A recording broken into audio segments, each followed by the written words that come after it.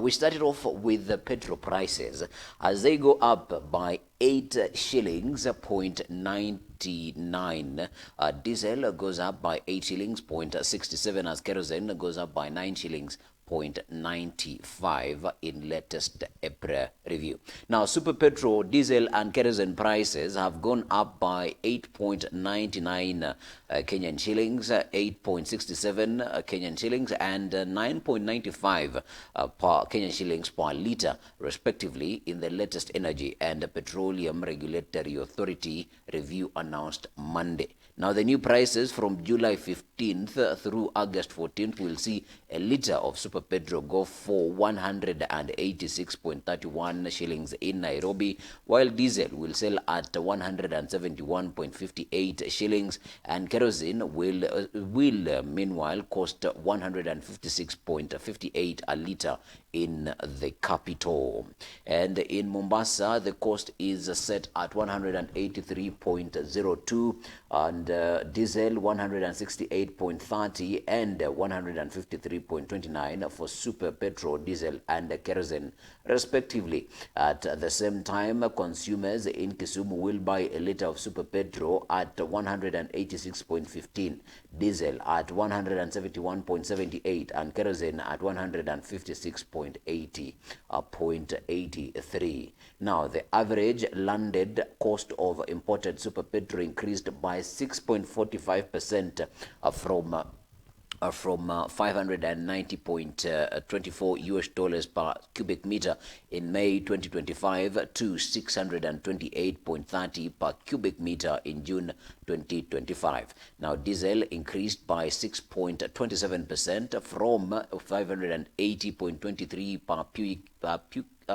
per cubic meter to 616.59 per cubic meter, while kerosene increased by 6.95% from USD 569.00 per cubic meter to 608.54 per cubic meter over the same period, Epra Director General Daniel Bogoria said in his recent statement. Away from prices at the pump now to protests in Nanyuki over alleged torture of Julia Njoki in police custody before her death.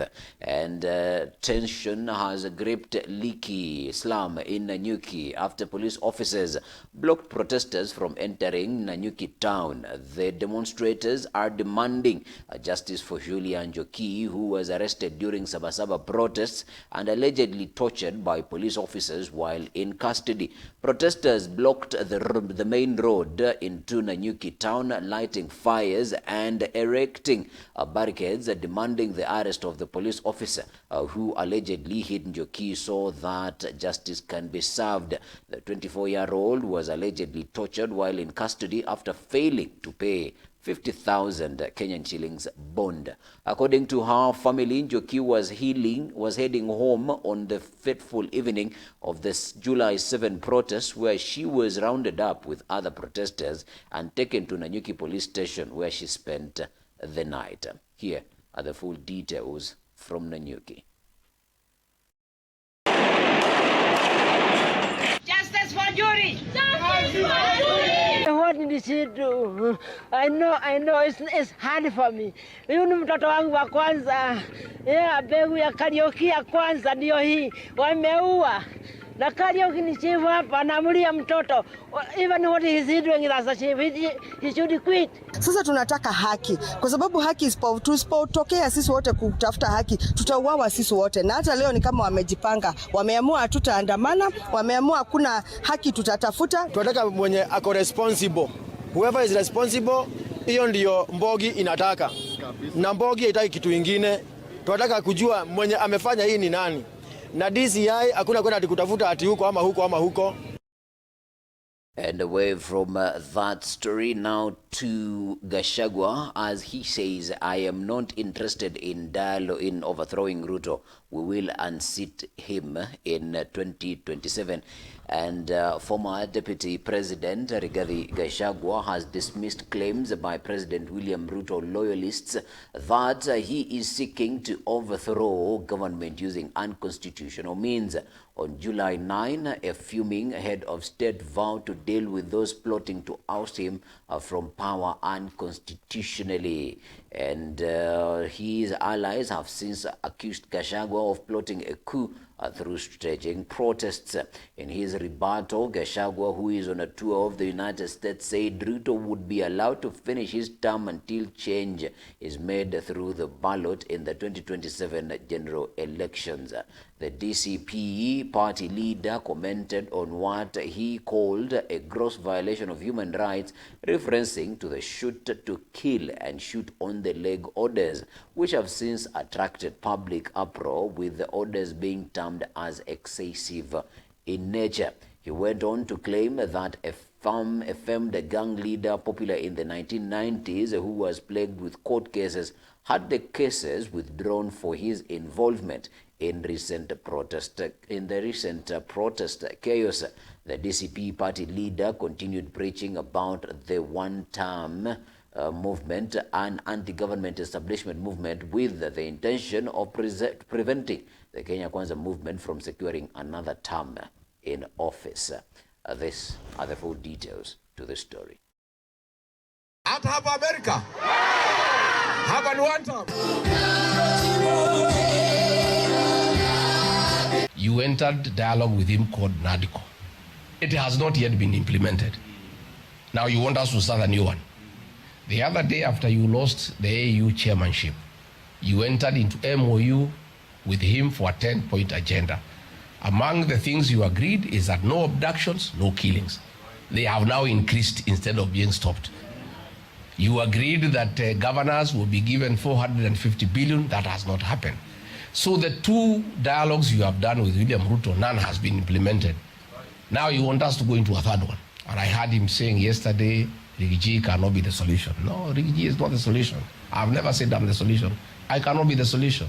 The solution is one term. And nobody wants change unconstitutionally. Nobody wants to overthrow the government, and nobody wants to do that, and it's not necessary. We want change through the ballot on the 10th of August 2027. I've asked the agencies now to stop it.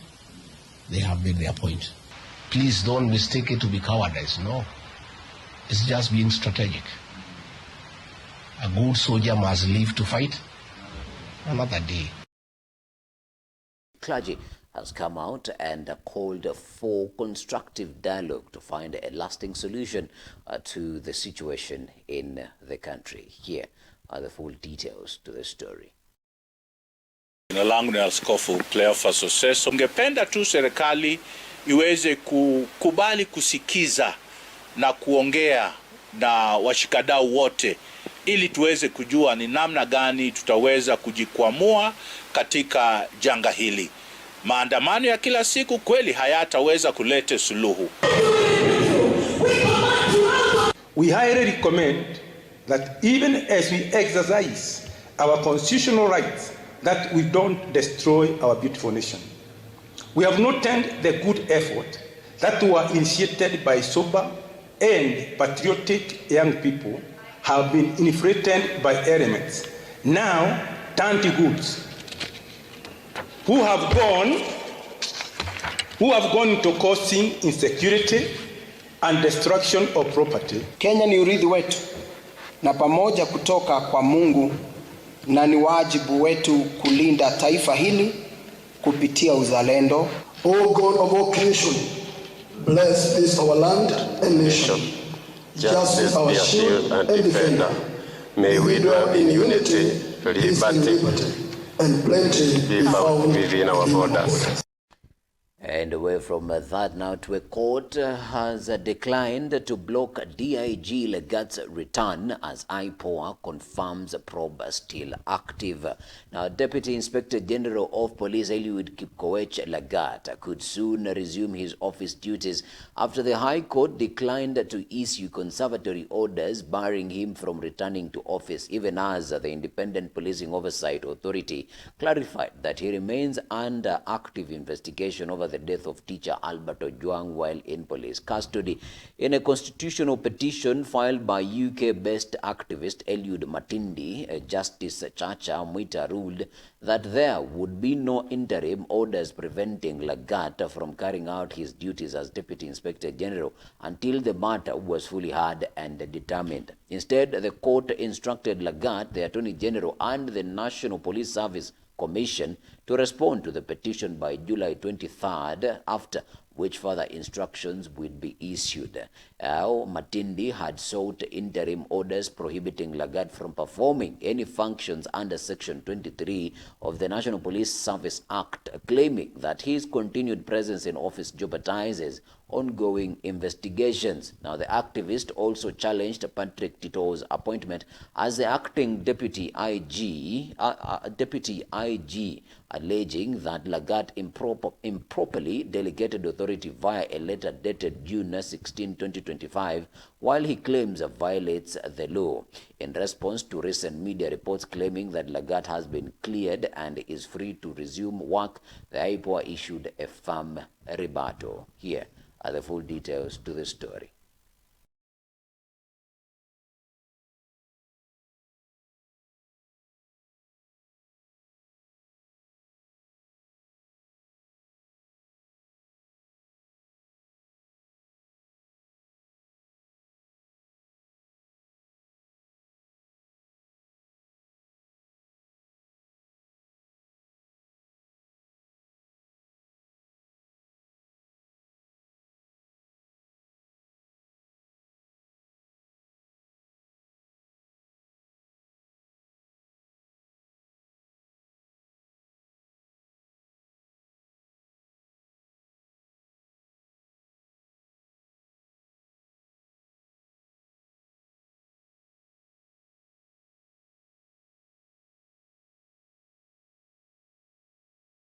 Saa 6 mchana nitatoa habari kamili kuhusu mambo ya usalama na nitafanya katika ofisi kuu ya wizara.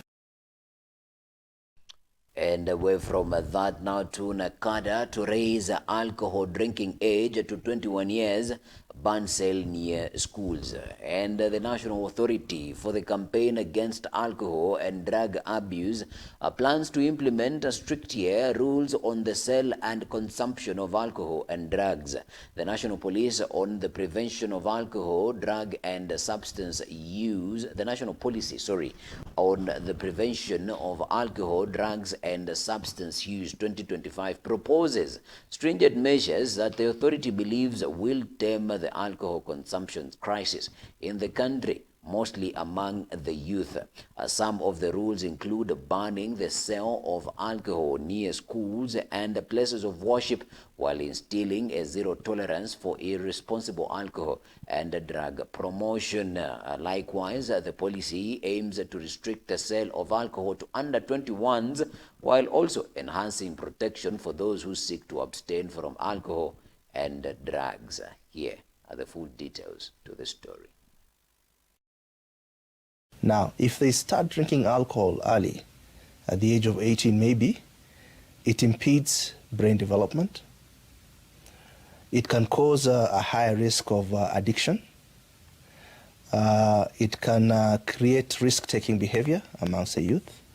Of course, if they're in school, it will impact their academic endeavors. When we were doing that survey at the university, most of the students who participated said online sales are the second leading source of their alcohol and other substances. So the implementation won't be instant.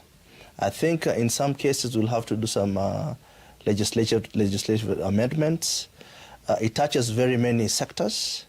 The sectors have to be brought to the table through a public participation process so that we amend the attendant legislations to accommodate the intention. And these are the stories that are making headlines in the dailies this morning. And we started off with the Standard. The headlining story is muzzled by state.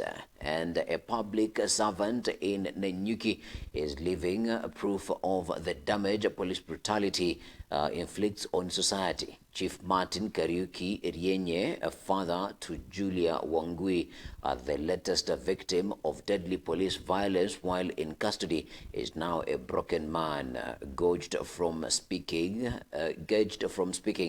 to the media. He is trapped in a cruel dilemma, standing with a grieving public demanding justice, or serving a government whose own officers caused his daughter's death. That is a story that you'll find on pages 4 and 5 of the Daily the Standard this morning, and you will get to read more about it. Now, he cannot serve a government that killed his daughter. I told the deputy county commissioner to fire him if he is too afraid to act. 30,000 salary a month is not worth my grandchild's blood. I have told him you can't wear a badge with pride when that badge is silent about your child's death. Susan Kirigo Arinye, that is the mother to the chief of father of the latest victim in the Sabasaba demonstrations who lost her life. Now, embattled DIG walks back to office. Now, David Lagat was saluted by his juniors at Vigilance House yesterday and later met his boss, the IG, even as IPOA issued a statement indicating he is not out of the woods yet. That is a story that you'll find on the national page, on page 6 of the Daily Standard this morning. And those are the headlining stories in the Standard. Now we switch attention to the Daily Nation and reckless talk. What reckless talk is this? Loose cannons. With just over 2 years to the next general election, some politicians associated with the Kenya Kwanza administration have started sowing seeds of dissent with utterances about rigging the 2027 presidential contest. The new IEBC team has denounced their claims while opposition leaders want action taken on the offenders. That is a story that you'll find on pages 4 and 5 of the Daily Nation. Now, starting with Tiati, Member of Parliament William Kamket. If they joke around, you know, I come from the county of 24 years. Baringo County knows how to manufacture a president to survive for 24 years. If they joke, we might even extend past the 2 terms. All right, away from Kamket, Member of Parliament, away from William Kamket, now Wajir Women Representative Fatuma Joho. When it comes to the president, we say 2 terms. We are just waiting for the ballot. Even if we don't have enough votes, we will steal for him. That is no secret. And away from him, there is a Kapseret, Member of Parliament Oscar Sudi. Those online critics shouting Ruto must go. Whether they jump, go down, or move sideways, Ruto is not going anywhere.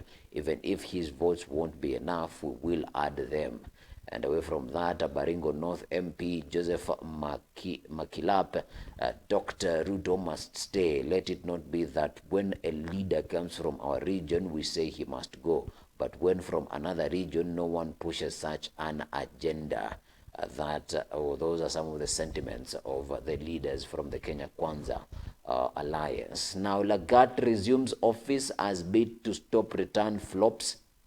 And Deputy Inspector General Eliud Lagat was a low-key and a brief day for him, and that is when he reported back to work yesterday after nearly a month away from office. Now, he stepped aside on June 16 to allow investigations by the Independent Police Oversight Authority into the death of teacher cum blogger Albert Ojwang, who died while in custody at Nairobi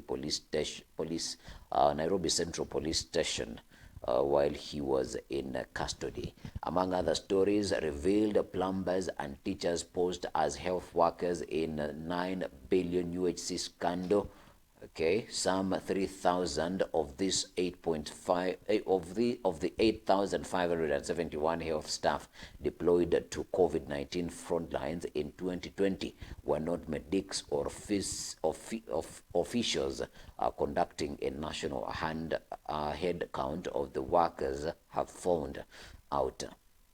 That is a story that you'll find on page 2 of the Daily Nation. And in education, release capitation funds. School heads now demand as cash woes bite.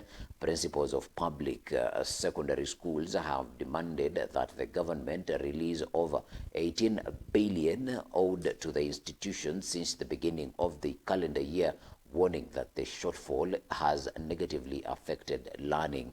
That is a story that you'll find on page 10 of the Daily Nation. And in football, Chelsea's Iceman Palmer puts the chill on PSG in Club World Cup final. That is in the sports section of the Daily Nation this morning. That about sums up the stories that are making headlines in the country in the dailies.